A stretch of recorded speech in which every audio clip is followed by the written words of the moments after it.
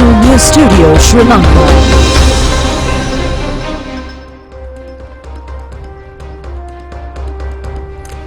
අයිබෝවන් වගකීමෙන් සත්‍ය හඹා යන පුවත් වාර්තාකරණය රූපවාහිනී ප්‍රවෘත්ති ජාතික ප්‍රවෘත්ති මැදිරියේ සිට දිස්නා යමුනා කුමාරි සමගින් මම චානක ඉනෝජ්.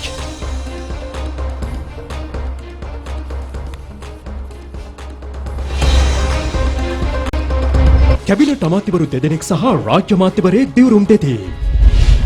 යුගදනවි බලාගාරයේ කොටස් පැවරීමට එරෙහි පෙත්සම් 5ක් නිෂ්ප්‍රභ කෙරේ. යුරෝපයේ විශාලතම න්‍යෂ්ටික බලාගාරයේ රුසියානු හමුදා යටතට. වී මිලදී ගැනීමට ණය සපයන්නයි රාජ්‍ය බැංකු දෙකකට ජනපතිගෙන් උපදෙස්. ගෝලීය තෙල් මිල ඉහළ යාමෙන් දැඩි ආර්ථික අපහසුතා. දකුණු චීන මුහුදේදී අනතුරටපත් ඇමරිකානු ගුවන් යානය ගොඩගැනේ.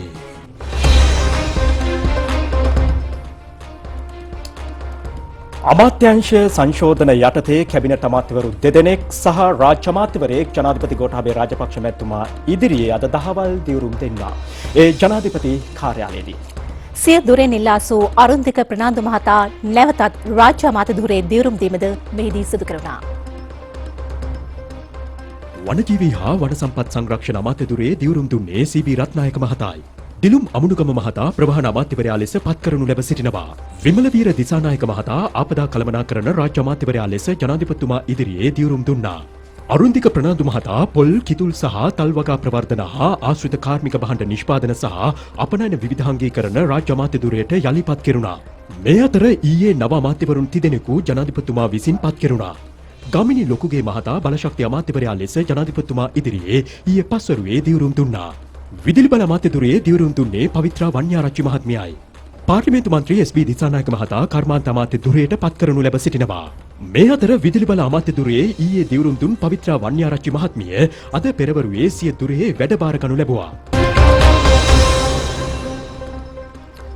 කෙරවලපිටිය යුගදනවි බලාගාරයේ රජය සතු කොටස් වලින් 40%ක් ඇමරිකානු සමාගමක් වෙත පැවරීමට අමාත්‍ය මණ්ඩලය ගත් තීරණය බල රහිත කරන්නයි ඉල්ලා ගොනු කර තිබූ මූලික අයිතිවාසිකම් පෙත්සම් 5ක් විභාගයට නොගෙනම ප්‍රතික්ෂේප කිරීමට ශිෂ්ටාධිකරණය අද තීන්දුව කළා.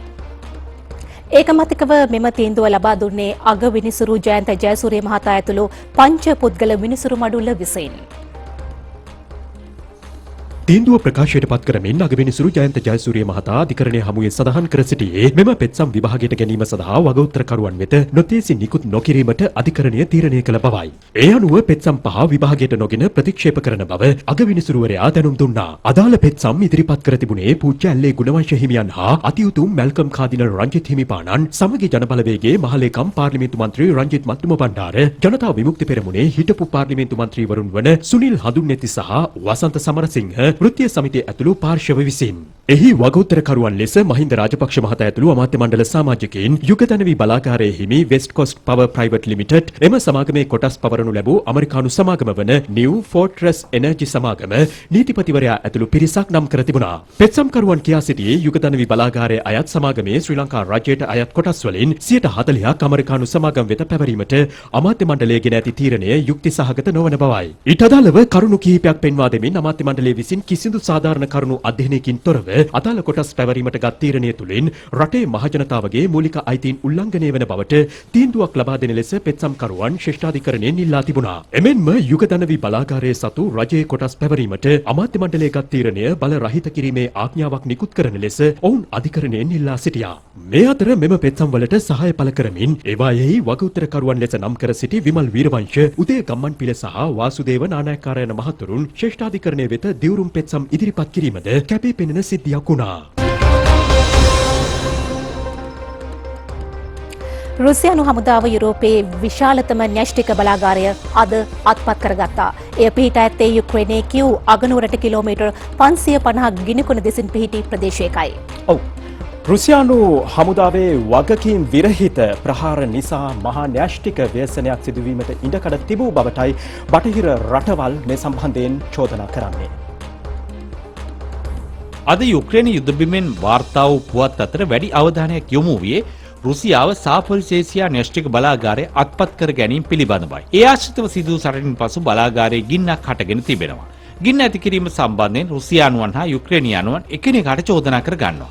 කෙසේ වෙතත් මේ වෙන විට ගින්න සම්පූර්ණයෙන්ම නිවා දමා බලාගාරයේ ආරක්ෂිත තත්ත්වයට ගෙනා බව රුසියානු හමුදාව ප්‍රකාශ කරනවා. බලාගාරයේ මෙගවොට් 6000ක ධාරිතාවයකින් යුක්තයි. මෙය න්‍යෂ්ටික ත්‍රස්තවාදයක් බවටත් අනතුරක් සිදුවේ නම් එය 1986 චර්නෝබිල් න්‍යෂ්ටික අනතුරෙන් 6 ගුණයක් ප්‍රබල වනු ඇති බවටත් යුක්‍රේන ජනාධිපති ව්ලාදිමිර් සෙලෙන්ස්කි ප්‍රකාශ කරනවා. මේ වන විට වඩාත්ම දරුණු සටන පවතින දකුණු දිග වරාය නගරයක් වන මරියුපෝල් ආශ්‍රිතවයි. රුසියානු ප්‍රහාර වලින් දැඩි හානි සිදුවද වරාය නගරය තවදුරටත් යුක්‍රේන හමුදා සතුව පවතින බවටයි මාධ්‍ය වාර්තා කරන්නේ. සාමාන්‍ය වැසියන් පිරිසක් දෙපාර්ශ්වය අතර සටනට කොටු වී සිටින බව වාර්තා වෙනවා.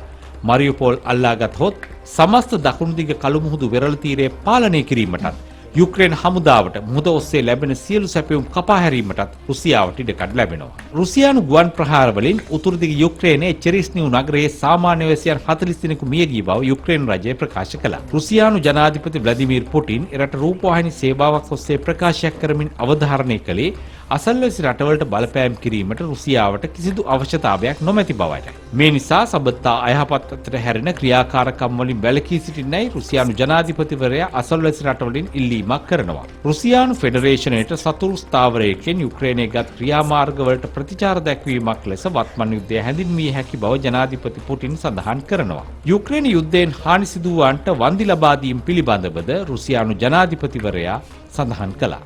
මේ අතර යුක්‍රේන ජනාධිපති ව්ලාදිමිර් සෙලෙන්ස්කි කියා සිටින්නේ තමා රුසියානු ජනාධිපතිවරයා සමග මුහුණට මුහුණලා සාකච්ඡාවකට තවමත් සූදානම් බවයි. වත්මන් විනාශය වැළැක්වීම සඳහා කඩිනමින් සාකච්ඡාවක් ආරම්භ කළ යුතු බව ඔහු පවසනවා. ඒ අතරම රුසියාවට පහර දීම සඳහා තමාට ප්‍රහාරක ජෙට් යාන ලබා දෙන්නයි ඔහු බටහිර රටවලින් ඉල්ලීමක් කළා.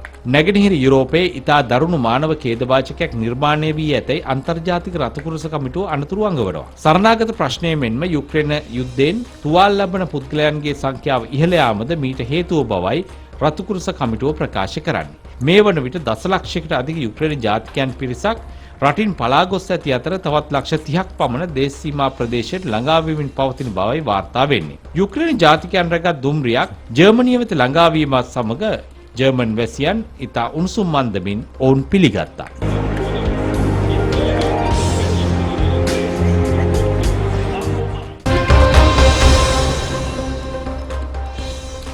රුසියානු යුක්‍රේන අර්බුදය සමග විවිධ මානුෂීය පුවත් නිර්මාණය වෙනවා සහ ඉතාම අපිට ශෝචනීය පුවත් වාර්තා වෙනවා.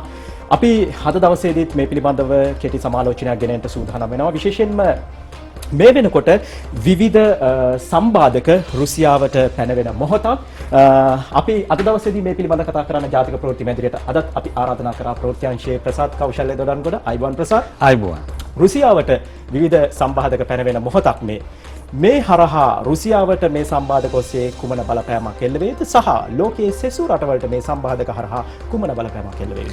චානක ඇත්තටම දැන් මේ අපි දැක්කා යුද පිටියේ තත්ත්වය. දැන් යුද පිටියෙන් පරිබාහිරව රාජතාන්ත්‍රික පැත්තෙන් මේක නවත්තන්න රුසියාව යම් ආකාරයකින් ආර්ථික වශයෙන් දඬුවමකට ලක් කරන්න තමයි මේ සම්බාධක පනවන්නේ.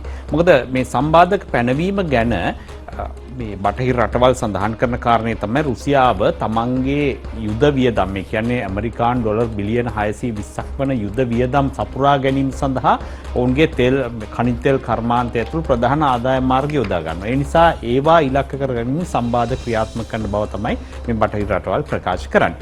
මේ නිසා ඇතිවිය හැකි තත්ත්වය මොකක්ද? ශානක මෙන්න මේ අපි දැක්කා මේ එක්සත් ජාතීන්ගේ සංවිධානයේ විශේෂ සැසිවාරයක් පැවැත්වුණා. ඒ වගේම තවත් අන්තර්ජාතික මට යුරෝපා සංගමයෙන් සාකච්ඡා පැවැත්වුණා මේ රුසියාවට එරෙහි ක්‍රියාමාර්ග දැඩි කරන්නට.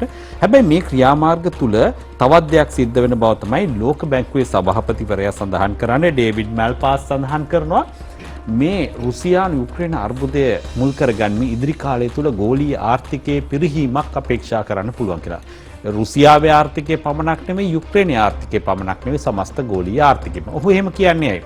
එක උදාහරණයක් ඔහු පෙන්වා දෙනවා මේ ෆුඩ් ක්‍රන්ච් කියලා හඳුන්වන්නේ. කියන්නේ ආහාර නිසා ඇතිවන බලපෑම, ආහාර නිෂ්පාදනයට ඇතිවන බලපෑම. පළමු දේ තමයි තිරිඟු පිටි. දැන් යුක්‍රේනයේ සහ රුසියාව එකතුව ලෝක වෙළඳපොලේ තිරිඟු පිටි වලින් 28.9ක් සපයනවා ලෝක වෙළඳපොලට. එතකොට දැන් මේ අර්බුදයත් එක්ක එම තිරිඟු ප්‍රවාහය අඩුවීම හෝ නැතිවීම යාමේ අවදානමක් තියෙනවා. රුසියාවට සම්බාධක නිසා වන්න බෑ. යුක්‍රේනයේ යුද්ධ නිසා යවන්න බෑ. ඒ වගේ තත්ත්වයක් නිර්මාණය වෙනවා. එතකොට ඒ නිසාම අද ඉඳලම තිරුගුපිටි ලෝක වෙළඳපොලේ මිල වැඩිවීම ප්‍රවණතාවයක් පෙන්වු කරනවා. ඊළඟට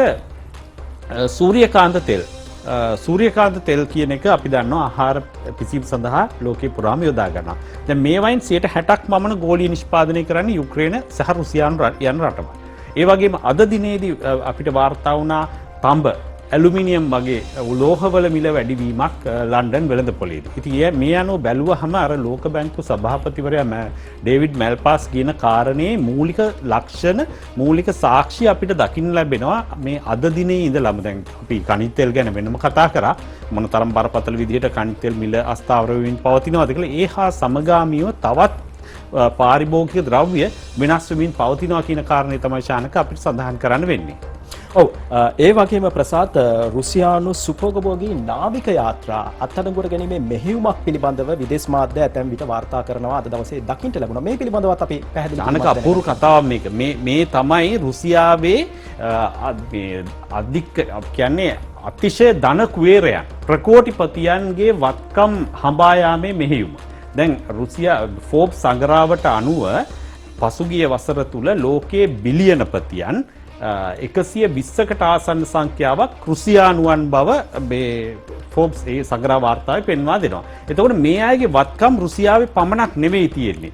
දැන් එකක් තමයි මේ ඔවුන් වැඩිපුරම ආයෝජනය කරලා තියෙන දෙයක් තමයි සුඛෝපභෝගී නාවික යාත්‍රා. මේ වෙනකොට ප්‍රංශය ඇමරිකානු ඩොලර් මිලියන් 600ක් වටිනා සුඛෝපභෝගී නාවික යාත්‍රාවක් අත්අඩංගුවටගෙන තියෙනවා. ඒ රුසියානු කෝටිපතියෙකුගේ නාවික යාත්‍රාවක්. ඒ වගේ ජර්මනිය තවත් එක් යාත්‍රාවක් හඹා යනවා අත්අඩංගුවටගෙන තිබෙනවා. දැන් මේ යාත්‍රා ක්‍රමක්‍රමයෙන් අර සම්බාධක කලාපවලින් පිටතට අරයි යන්න මේ කෝටිපතියන් උත්සාහ දරනවා කියලා වාර්තා වෙනවා.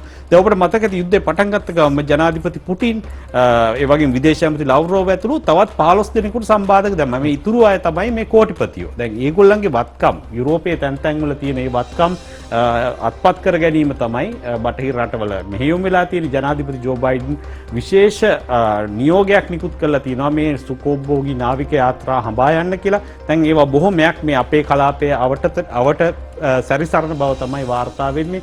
මාලදිවයින අවට කලාපයේ මෙවැනි යාත්‍රා කිහිපයක් තිබෙන බවට අන්තර්ජාතික නාවික වාර්තා සඳහන් කරනවා. ඉතින් මේ අනුව රුසියානු කෝටිපතියන් හඹා යාමේ මෙහෙයුමකුත් වෙනමම ක්‍රියාත්මකයි ශානක. ඔව් යුක්‍රේන රුසියානු අර්බුදය පිළිබඳ අද දවසේදී පැහැදිලි කළ ප්‍රසාද් ඔබට බෙහෙවින්ම ස්තුතියි. වීතක සුරකුම් ලෙස තබාගෙන වී මිලදී ගැනීමට වී අලෙවි මණ්ඩලයට ණය පහසුකම් සපයන ලෙස ජනාධිපති ගෝඨාභය රාජපක්ෂ මැතිතුමා ලංකා බැංකුවට සහ මහජන බැංකුවට උපදෙස් දී තිබෙනවා. තරගකාරී ලෙස වී මිලදීගෙන රජය සතුව ප්‍රමාණවත් වී සංචිතයක් පවත්වාගෙන යාම ඉලක්ක කර ගනිමින් වැඩපිළිවෙලක් ක්‍රියාත්මක වී යුතු බවයි ජනාධිපතිතුමා කියා සිටියේ. වියලවි මණ්ඩලයේ ප්‍රධාන කාර්යාලයේ නිරීක්ෂණ චාරිකාවකට අධෙක්වමින් ජනාධිපතිතුමා මේ බව කියා සිටියා. මහකන්නේ වී මිලදී ගැනීම, තොග රැස් කිරීම, අලවිය සහ හිඟයකින් තොරව වෙළඳපොළ සහල් අවශ්‍යතාව අඛණ්ඩව පවත්වාගෙන යාමට ගත හැකි පියවර විමසා බැලීම එම චාරිකාවේ අරමුණයි. පසුගිය ආණ්ඩු සමයේ වී මිලදී නොගැනීම, මිනිස් පරිභෝජනයට ගත හැකි වී තොග සත්ව ආහාරසේ සලකා පෞද්ගලික අංශයට අඩු මුදලට විකුණා ඇතැයි මෙහිදී නිලධාරීන් ජනාධිපතිතුමා හමුවේ කියා සිටියා. වී වලට සාධාරණ මිලක් නොලැබීම, අතරමැදියන්ට කොමිස් මුදල් බෙදී යාම, වී මිලදී ගැනීමේදී පනවා තිබූ කොන්දේසි ගබඩා නිසැවරින් නඩත්තු නොකිරීම යන කරුණු හේතුවෙන් ගොවියා සහ වී අලෙවි මණ්ඩලයේ අතර සම්බන්ධතාව දුරස්ව තිබුණා.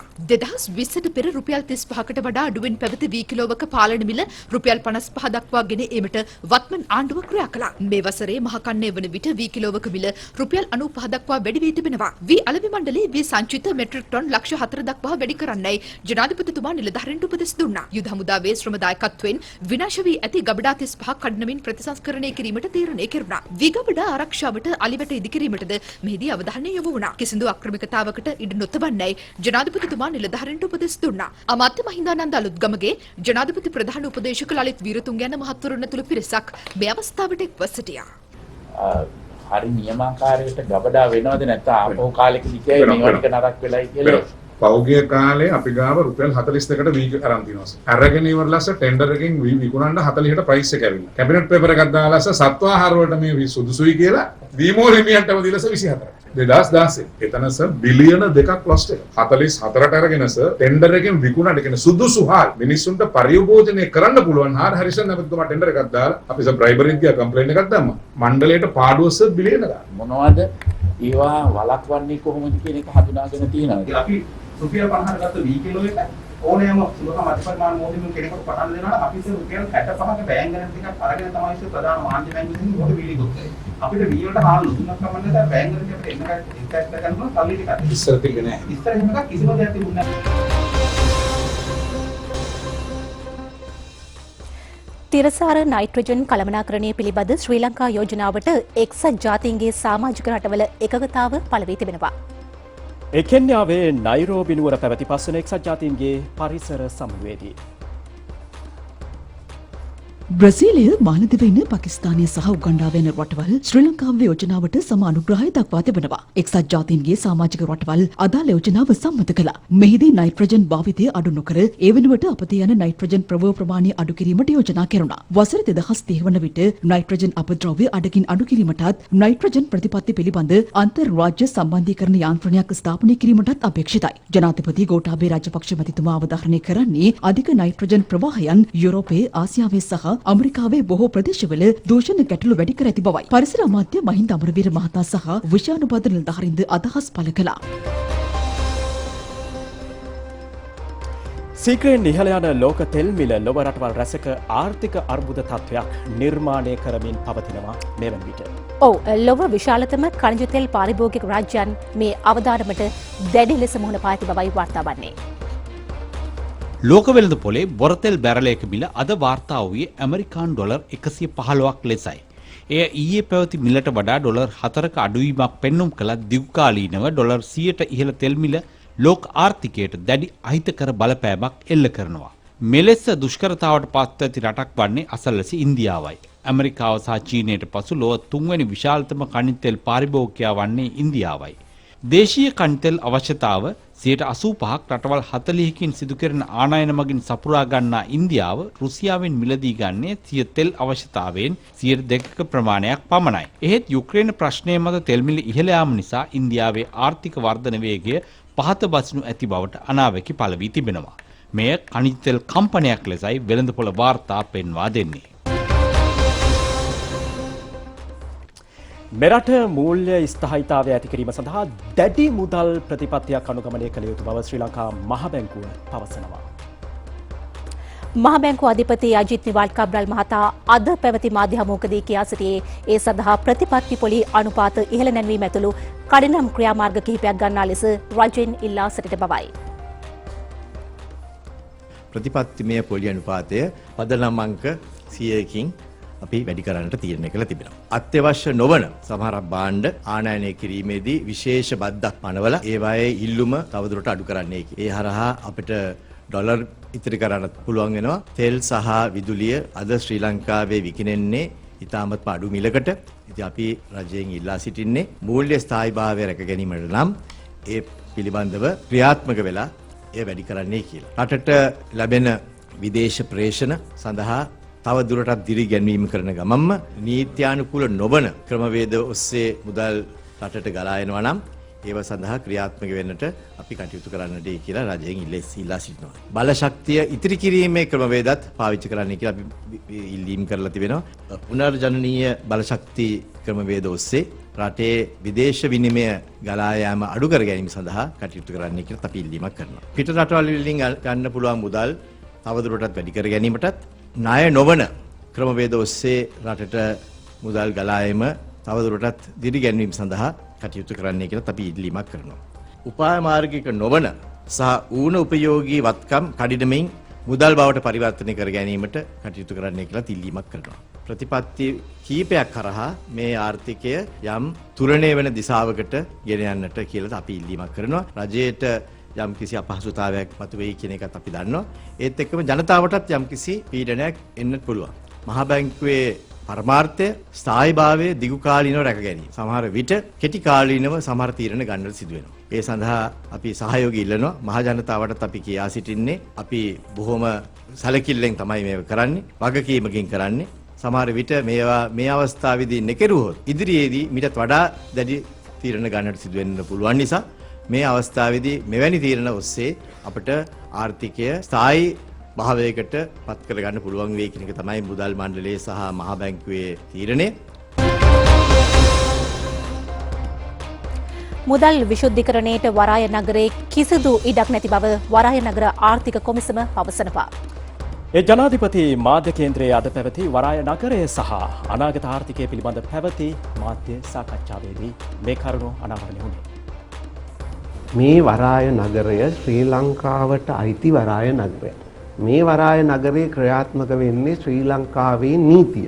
මේ වරාය නගරයේ කළමනාකරණය කිරීම සඳහා විශේෂ නීති රීති ටිකක් හදලා තියෙනවා කොමිසම් සභාවක් හරහා ක්‍රියාත්මක කරන්න. ඒ කොමිසම් සභාව වග කියන්නේ ශ්‍රී ලංකා රජයට. ඒක වග කියනවා ජනාධිපතිතුමාට. ජනාධිපතිතුමා හරහා පාර්ලිමේන්තුවට අපි මේ කරන රෙගුලාසි සියල්ල අවසානයේ පාර්ලිමේන්තුවෙන් සම්මත කරලා එහෙම තමයි මේක ඇතුලේ තියෙන්නේ. එතකොට සමහරු කියනවා මේක මේ චීනයට අයිති චීනය විසින් ක්‍රියාත්මක කරන තැනක් කියලා. ඒක සම්පූර්ණයෙන්ම වැරදි මතයක්. මේක චීනයට අයිති නෑ. දැනට මේකේ ආයෝජන අවස්ථා ගැන විමසීම් කරන ආයෝජකයන් අතර ඉන්දියාව, මැද පෙරදිග, යුරෝපය, නැගෙනහිර ආසියාව වගේ හැම තැනින්ම කට්ටිය ඇවිල්ලා මේකේ දැන් ආයෝජන අවස්ථා ගැන විමසීම් කරනවා කිසි. එතකොට මේක කාගේවත් භූදේශපාලනික අවශ්‍යතාවයන් කළමනාකරණය කරන තැනක් නෙමෙයි. මේක සම්පූර්ණයෙන්ම වාණිජ අරමුණක් මත පදනම් වෙලා ස්ථාපනය කරලා තියෙන තැනක්. මේකෙ සිද්ධ වෙන්නේ වෙළඳාම විතරයි. විශේෂ ප්‍රමුඛතාවයක් කිසිම කෙනෙකුට නැහැ. මේ ආයෝජකයා චීන ආයෝජකයෙක් වුණාට ඒ ඉඩම් තව කෙනෙකුට දෙනකොට ගිවිසුමත්සන් කරන්නේ කොමිෂන් සභාව. ඒ ආයෝජකයාට කිසිම මේකක් නැහැ ගිවිසුම සම්බන්ධයෙන්.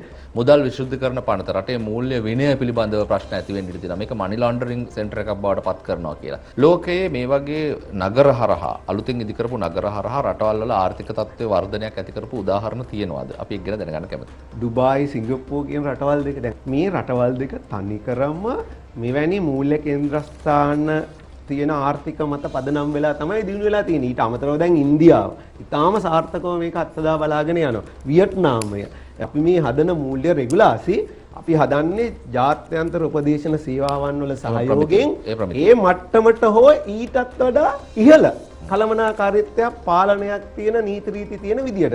හැබැයි ඒක ඇතුලේ අපි මේ ගනුදෙනු කරන්න ඕන පහසුකම හදලා දෙනවා. හැබැයි මුදල් ලංකාවට අන්න ඕන තැනකින් ගේන්න බෑ. මේක ඇතුලේ බේරුම් කරණයට ඒ වගේම ගැටලු ඇති වුණාම ඒවා විසඳගන්න බේරුම් කරන මධ්‍යස්ථාන විශේෂ උසාවි ඒ ඔක්කොමත් මේ වෙනකොට රාජ්‍ය පැත්තෙන් අනුග්‍රහය ලැබිලා හැදෙමින් පවතිනවා. එතකොට මේ සියල්ල මේ මට්ටමට ආවට පස්සේ මුදල් විශුද්ධිකරණය වගේ දෙයක් කරන්න බෑ කින්ස්ලි.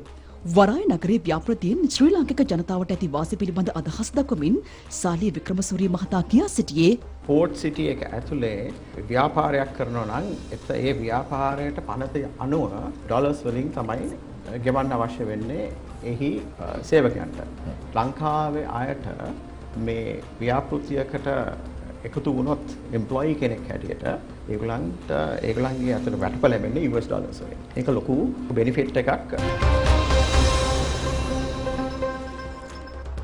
අමාත්‍ය දුරවලින් ඊයේ ඉවත් කෙරුණු විමල් වීරවංශ හා උදය ගම්මන් පිළ යන මහත්වරුන් කොළඹදී අද මාධ්‍ය හමුවක් හැඳවා තිබුණා. අමාත්‍ය වාසුදේව නානායක්කාර මහතා ඇතුළු පිරිසක් මාධ්‍ය හමුවට එක්ව සිටියා. ගත වෙච්ච කාලය ඇතුළත අපි අමාත්‍ය තනතුරු වලින් අපේ රටට අපේ මම ගත්තොත් මගේ විෂය කර්මාන්ත මගේ ඒ විෂයට අදාළ පිරිස වෙනුවෙන් අපි අපට පුළුවන් උපරිමයෙන් කැප වුණා. උදේ ගම්මන් පිළ ඇමතුමත් එහෙමයි. අපි ඒ පිළිබඳව සතුටු වෙනවා. ඒ වගේම අපි මේ තනතුරු වලින් ඉවත් කිරීම පිළිබඳ තීරණයට අපිට කිසිම ඒක ආගන්තුක නැහැ. අපි විපක්ෂයට එකතු වෙන්නේ නැහැ. ඒක ගැන කවුරුත් චක්කයක් හිතා ගන්න ඕන. අපි විපක්ෂයට එකතු වෙන්නේ නැහැ. අපි දන්නවා ඔබ දන්නවා විපක්ෂ කියන කවුද. අපි අපේම ආවේනික ක්‍රියාමාර්ගයක් උඩ අපේම ආවේනික වැඩපිළිවෙලක් උඩ ඒ වැඩපිළිවෙල මේ රටේ ක්‍රියාත්මක කර ගැනීමේ පළවෙනි සාධකය ඒ වෙනුවෙන් ලැබෙන ජනතාවගේ විශාල සහයෝගයයි. අපිට තියෙන්නේ මේ වැඩපිළිවෙලට ජනතා සහයෝගය එකතු කරන්න. මේ අර්බුදයට විසඳුම මොකක්ද කියන එක අපි මේ වෙන විට ලිඛිතව රටටත් ආණ්ඩුවටත් කියලා තියෙනවා. ඒක අපි ආණ්ඩුවේ හිටියත් නැතත් ක්‍රියාත්මක වෙනවා දැකීම තමයි අපේ බලාපොරොත්තු කියන එක අපි මේ තින අදහස් දක්වද්දි කිව්වා. දෙවෙනි කාරණේ අනිකුත් ඉදිරි පියවරයන් සම්බන්ධයෙන් අද පැවැත්වෙන පක්ෂ නායක රැස්වීම තමයි තීරණය කරන්නේ. මොකද අපි පක්ෂ 11ක් එකට එකතු වෙලා කරන වැඩේ තනියෙන් අපිට තීන්දුව කරලා ප්‍රසිද්ධ කරන්න බෑ. විමල් වීරවංශ සහ උදේ ගම්මන්පිල යන මහත්වරුන් අමාත්‍ය වලින් ඉවත් කිරීමට සැලැස්වීම ඔවුන් විසින්ම සැලසුම් සහගතව සිදු කළ ක්‍රියාවලියක ප්‍රතිඵලය බව අමාත්‍ය දිලුම් අමුණුගම මහතා පවසනවා. ඔහු මේ බව කියා සිටියේ කොළඹදී අද පැවති ශ්‍රී ලංකා පොදුජන පෙරමුණේ මාධ්‍ය හමුවට එක්වෙමින්.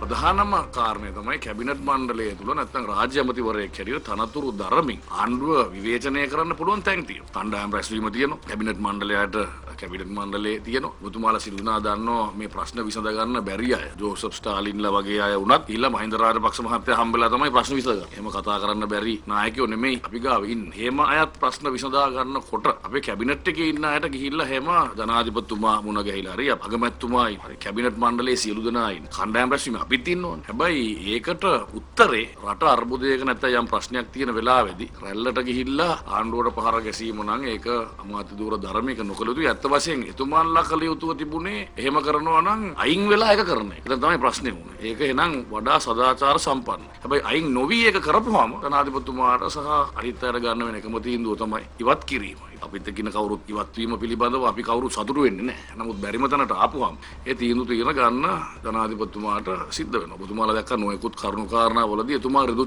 තීන්දුව ගත්තා. අපේ මැති අමාත්‍යවරු යම් ප්‍රශ්න වලට මැදිහත් වෙච්ච වෙලාවේදී ඒ අයව පවා එතුමා ඉවත් කරන්න කටයුතු කෙරුවා. දැන් අපි ගත්තොත් අරුන්දික ප්‍රනාන්දුතුමාත් ඒක තමයි පරීක්ෂණය අවසන් වෙනකන් එතුමා ඉවත් කරලා තමයි ඒ පරීක්ෂණය පවා පැවැත්වුවේ. ඒ පොහොට්ටුවේ ඒ ආණ්ඩුවට ගහලා නෙමෙයි. ආණ්ඩුව කරන්න කියලා ප්‍රශ්නයක් ඇති වුණාම නැව පැද්දෙනකොට නැවෙන් පණින එක නෙමෙයි කරන්න තියෙන්නේ. නැව ආපහු ස්ථාවර කරගන්න නැවේ කණ්ඩායමට සහයෝගය දෙන්න. ඒ ක්‍රූ එකේ ඉන්න ඕනේ. ක්‍රූ එක නැවෙන් එළියට පැනලා නැව ගිල්ලන්න හදන එක නෙමෙයි කල යුතු ප්‍රධාන කාරණේ වන්නේ. ජනාධිපතිතුමා තනියම ගත්ත තීන්දුවක් හැටියට නෙමෙයි අපි මේක දකින්නේ. නමුත් අපි දන්නවා ඊයේ දවසේත් අමාත්‍යවරුන් අග්‍රාමාත්‍යතුමා ජනාධිපතිතුමාගේ ප්‍රධානත්වයෙන් අපිවත් ආරාධනා කරා ඒ සාකච්ඡාවට උදේවරුේ. ඒ සාකච්ඡාවේදී සහභාගී වෙච්ච සියලුම කැබිනට් අමාත්‍යවරු, ඒ වගේම රාජ්‍ය අමාත්‍යවරු, පසුපෙළ മന്ത്രിවරු සියලු දෙනාගේ එක මතය වුණේ මේ ආණ්ඩුව ඉදිරියට ගෙන යන්න නම් ආණ්ඩුව එක මතයක් තිබිය යුතුයි. ඒ වගේම Tamanට පවර්ලා වගකීම් පවර්ලා තියෙන පිරිස ඒ වගකීම් ඉෂ්ට කරන්නේ නැත්නම් ඒ වගකීම් වෙනුවට ඒ සඳහා වැඩ කරන්න පුළුවන් වෙනත් පුද්ගලයන් වෙනුවෙන්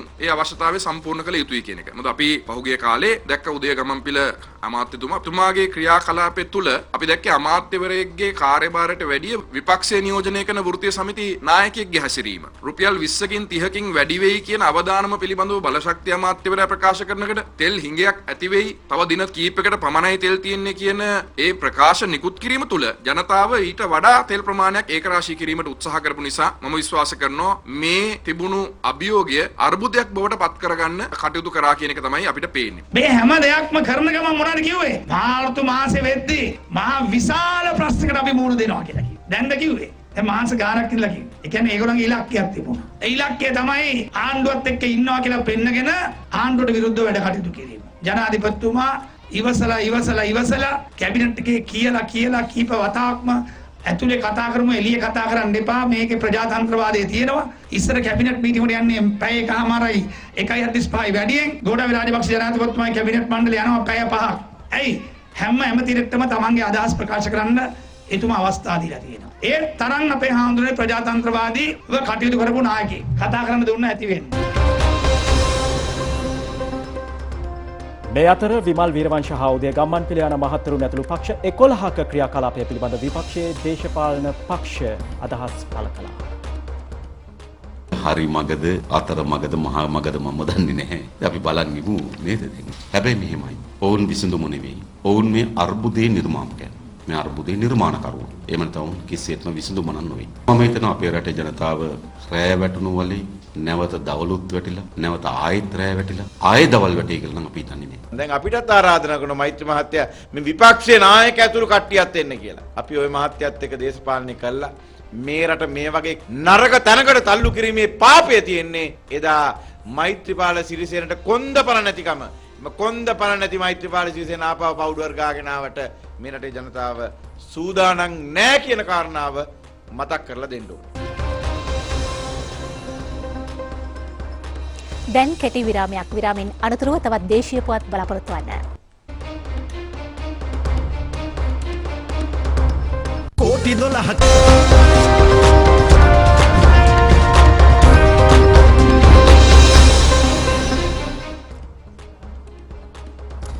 යළිත් රූපවාහිනී ප්‍රවෘත්ති. චානක ජාත්‍යන්තර කාන්තා දිනයේ යෙදෙන්නේ මාර්තු 8 වෙනිදාට. ඒ දිනය නිමිත්තෙන් ලබන 8 වෙනිදා සිට දීප ව්‍යාප්තව වැඩසටහන් මාලාවක් සංවිධානය කර තිබෙනවා. ඔව්.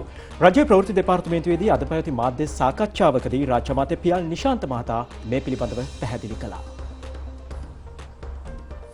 මාර්තු 8 වෙනිදා 9 වෙනිදා බණ්ඩාරනායක සම්මන්ත්‍රණ ශාලාවෙන් ආරම්භ කරලා අතිගරු ජනාධිපතිතුමාගේ අගරු අග්‍රාමාත්‍යතුමාගේ ප්‍රධානත්වයෙන් අප්‍රේල් මාසයේ 7 වෙනිදා මොනරාගලින් අවසන් කරන්නට ඒ කියන්නේ සෑම පළාතකම මේ කාන්තා දින වැඩසටහන් මාලාවක් ක්‍රියාත්මක කරන්නට අපේ අමාත්‍යාංශය අපි මේ වන විට සියලු කටයුතු සංවිධානය කරලා තියෙනවා. ඒ උත්තරීතර කාන්තාවගේ ගුණය පිළිබඳව අපි කතා කරනවා සංගීතමය සංවාදශීලී විද්වත් කතිකාවක් තුළ. කාන්තා දිනේ කාන්තාවන්ට පමණක් නෙවෙයි සීමා විය යුත්තේ. දරුවන් ගැනත් අපි වැඩිපුර අවධානය යොමු කරන්න ඕනේ. ඒක නිසා අතිගරු ජනාධිපතිතුමා සහ අගමැතිතුමාගේ සුරතින් අපි මේ වී භාෂා වැඩසටහන භාෂා 10ක් සීලුම පාසල්වල ලංකාවේ දරුවන්ට හදාරන්නට විශාල මුදලක් ලන්ඩන් ස්කූල් ඔෆ් එඩියුකේෂන් ආයතනයෙන් වියදම් කරලා අපේ දරුවන්ට ලබා දීමට අවශ්‍ය කරන කටයුත්ත කරා. කාන්තා දින සැමරුමට පූර්ණ අනුග්‍රාහකත්වය දක්වන්නේ ඩයලොග් ආයතනයයි. ඒ සංකේතවත් කරමින් ඒ සඳහා වූ සමුදු සටහන පිරිනැමීම බත්තර මුල්ලේ සෙත්සිරිපාය රාජ්‍ය අමාත්‍යාංශ පරිශ්‍රයේදී අද සිදු කෙරුණා. රාජ්‍ය අමාත්‍යාංශ ලේකම් කුමාරි ජයසේකර මහත්මිය ඇතුළු පිරිසක් මේ අවස්ථාවට එක්ව සිටියා. රාගම වෛද්‍ය පීඨයේ නේවාසිකාගාර පරිශ්‍රයේදී සිසුන් දෙපිරිසක් අතර ඇති වූ සිදුවීම් පිළිබඳ වාර්තාව ජනාධිපති ගෝඨාභය රාජපක්ෂ මහත්මයා වෙත බාර දී තිබෙනවා. පෙබරවාරි 1 වෙනිදා රාත්‍රී රාගම වෛද්‍ය පීඨයේ නේවාසිකාගාර පරිශ්‍රයේ ඇති වූ ගැටුම සම්බන්ධයෙන් පරීක්ෂා කොට වාර්තාවක් ඉදිරිපත් කිරීමට අමාත්‍ය කෙහෙලිය රඹුකැල්ල මහතාගේ සභාපතිත්වයෙන් යුත් කමිටුවක් පත් කරන ලද්දේ ජනාධිපතිතුමා විසින්. මහින්දානන්ද අලුත්ගමගේ සහ රමේෂ් පතිරණ යන අමාත්‍යවරුන් එහි සෙසු සමාජිකයන් කමිටුව අදාළ සිදුවීම හා වාර්තා නිරීක්ෂණය කොට කරුණු සහ නිර්දේශ ඇතුළත් වාර්තාවක් සකස් කර තිබෙනවා. එම සිදුවීම දෙවැනි හා සිව්වැනි වසරවල ඉගෙනු ලබන සෙසුන්ගේ වගකීම් විරහිත ක්‍රියාවක් විනා සැලසුම් සහගතව සහ චේතනාන්විතව සිදු කළ ගැටුමක් නොවන බව ලබාගත් වාර්තා පරිශීලනයෙන් දක්වා තිබෙනවා. වාර්තාවේ නිරීක්ෂණයන්ට අනුව සිද්ධියට සම්බන්ධ සිසුන් අත්අඩංගුවටගෙන අධිකරණයට ඉදිරිපත් කර යම් ක්‍රියාවක් කළ බවට පිළිගැනීම නිසා මුදල් හා ශරීර ඇපමත මුදා හැර තිබෙනවා. පොල් සංවර්ධන අධිකාරියට අයත් රථයක් අදාළ සිද්ධියට යොදා ගැනීම සම්බන්ධයෙන් විනය ක්‍රියාමාර්ග ගැනීම වාහනේ බාර රාජ්‍ය ආයතනයටත් මෙය පූර්වාදර්ශයටගෙන බාහිර පාර්ශවයන්ට නේවාසිකාගාර පරිශ්‍රයන්ට අනවසරින් ඇතුළුවීම වැළැක්වීම සඳහා සමස්ත විශ්වවිද්‍යාල පද්ධතියේම ආරක්ෂාව සහතික කිරීමේ නිශ්චිත වැඩපිළිවෙලක් සැකසීමටත් කමිටුව නිර්දේශ කර තිබෙනවා. සියලු කරුණු සැලකිල්ලටගෙන හිටපු රාජ්‍ය අමාත්‍යවරයෙකු වූ අරුන්දික ප්‍රනාන්දු මහතා නිර්දෝෂී අයෙකු බවට නිගමනය කරන බව කමිටු වාර්තාව මගින් පෙන්වා දෙනවා. ජනාධිපති මාධ්‍යංශය නිකුත් කළ නිවේදනයේ මේ බව සඳහන්. තවත් දේශීය පුවත් කිහිපයක් ලුහුඩින් බලමු දැන්. විදේශ කටයුතු අමාත්‍ය මහාචාර්ය ජීල් පීරිස් මහතා මානව හිමිකම් කවුන්සිලේ සභාපති සහ අර්ජන්ටිනාවේ නිත්‍ය නියෝජිත ෆෙඩරිකෝ විලේකාස් මහතා මුණ ගැසුණා. හමුව සිදු වූයේ ජිනීවා මානව හිමිකම් කවුන්සිලේ 49 වෙනි සැසිවාරයට සමගාමීවයි. ශ්‍රී ලංකාවට අදාළ කරුණු රැසක් පිළිබඳව මෙහිදී සාකච්ඡා වී තිබෙනවා. තංගල්ල නාකුළුකමුව ඉහළගොඩ ප්‍රදේශයේ දේවාලයක් අසල නවතා තිබූ සුපෝකභෝගී වාහන 3ක් ඊයේ රාත්‍රී ගිනිගෙන විනාශ වී තිබෙනවා. කිසියම් පිරිසක් වාහනවලට ගිනි තබා ඇති බවටයි පොලිසිය සැක කරන්නේ. ජාතික රූපවාහිනියේ පසුතල ඒකකයේ සේවයේ නියුතු දෘශ්‍ය කලාවේදී ප්‍රගීත් රත්නායක මහතාගේ 7 වෙනි චිත්‍ර ප්‍රදර්ශනය හියුමන් ස්කෝප් නමින් ලයනල් වෙන්ට් කලාගාරයේදී ඊයේ ආරම්භ වුණා. ඒ ආචාර්ය සුනිල් විජේසිරිවර්ධන මහතාගේ ප්‍රධානත්වයෙන් මනුෂ්‍යයා සහ සබාදහම අතර තිබෙන සම්බන්ධතාවය මෙම චිත්‍ර ප්‍රදර්ශනයෙන් සමීප කරවීම ඔහුගේ උත්සාහයයි. ප්‍රදර්ශනය ලබන 6 වෙනිදා දක්වා පැවැත්වෙනවා. මේකෙදි කියන්න ඕන උනේ ඒ කියන්නේ විශේෂයෙන්ම මේ මොහොතේ ඒ කියන්නේ එන්වයරන්මන්ට් එක ඇතුලේ මනුස්සයත් එක්ක තියෙන සම්බන්ධය ලොකු අර්බුදයක තියෙනවා. ගෝලීය යථාර්ථයක් හැටියට අපිට අභිමුඛ වෙලා තියෙනවා හරියට මේ භාෂාවට ගේන්න බැරි තත්ත්වයක් හැටියට. ඒ තරමට අර්බුදය අපැහැදිලි. ඉතින් එහෙම එකක් ඇතුලේ මම චිත්‍රශිල්පියෙක් හැටියට මගේ දෘශ්‍ය රූප නැත්නම් මගේ චිත්‍රකලා භාෂාව ඇතුලේ ඒ ගවේෂණය ඇතුලේ මම මෙන්න මේ වගේ මමත් එක්ක මම අනෙකත් එක්ක සහ මම පරිසරය එක්ක පවත්වන සම්බන්ධය මෙන්න මේ විදිහට පොළා පැනලා තියෙන්නේ මේ දෘශ්‍ය කලා කෘතිය හැටියට.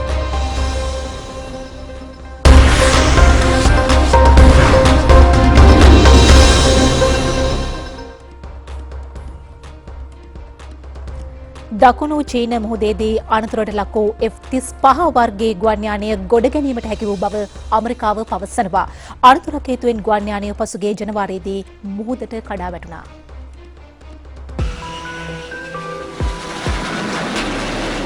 USS කාල් විල්සන් නැමැති ගුවන් යානා ප්‍රවාහන නෞකාවට ගොඩබැමේදී මෙම ගුවන් යානය අනතුරට ලක් වුණා. මෙය ඇමරිකානු ඩොලර් මිලියන 100ක් පමණ වටිනා F-35C වර්ගයට අයත් වූවක්. ඇමරිකාව සතු නවීනතම ගුවන් යානයක් ලෙසයි මෙය සැලකෙන්නේ. විදේශ මාධ්‍ය සඳහන් කරන්නේ ගුවන් යානය ගොඩ ගැනීමට චීනය සහ ඇමරිකාව අතර තරඟයක් පැවති බවයි. ජාත්‍යන්තර මුහුදු සීමාවේදී ගුවන් යානය අනතුරට ලක් වූ හේයින් ගොඩගන්නා ලද රටට එහි හිමිකාරීත්වය හිමි වනවා. අඩි 12400ක් පමණ ගැඹුරු මුහුදු පත්ලයේ තිබූ මෙම යානය දුරස්ථපාලක උපකරණ සහ කම්බි ආධාරයෙන් ගොඩගත් බවයි ඇමරිකානු හමුදාව ප්‍රකාශ කළේ.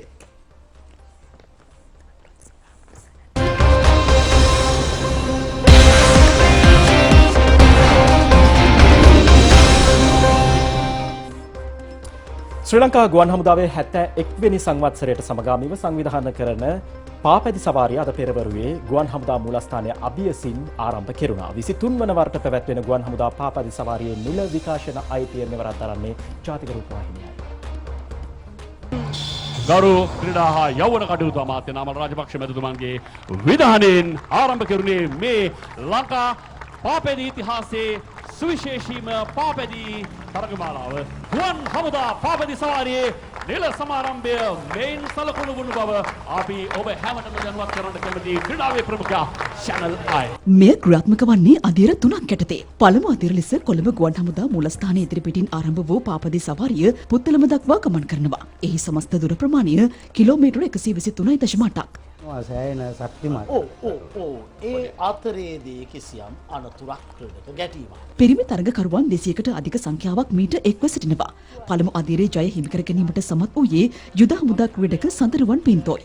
සඳරුවන් පින්ටෝ අද දවසේදී පළමු අධීර ප්‍රථමයෙන් නිමා කරමින් ශ්‍රී ලංකා යුද හමුදාවට මහත් අභිමානයක් එක්කලා ශ්‍රී ලංකාව සහ ඉන්දියාව අතර පළමු ටෙස්ට් තරගය එරට මොහාලිහිදී අද ආරම්භ කෙරුණා.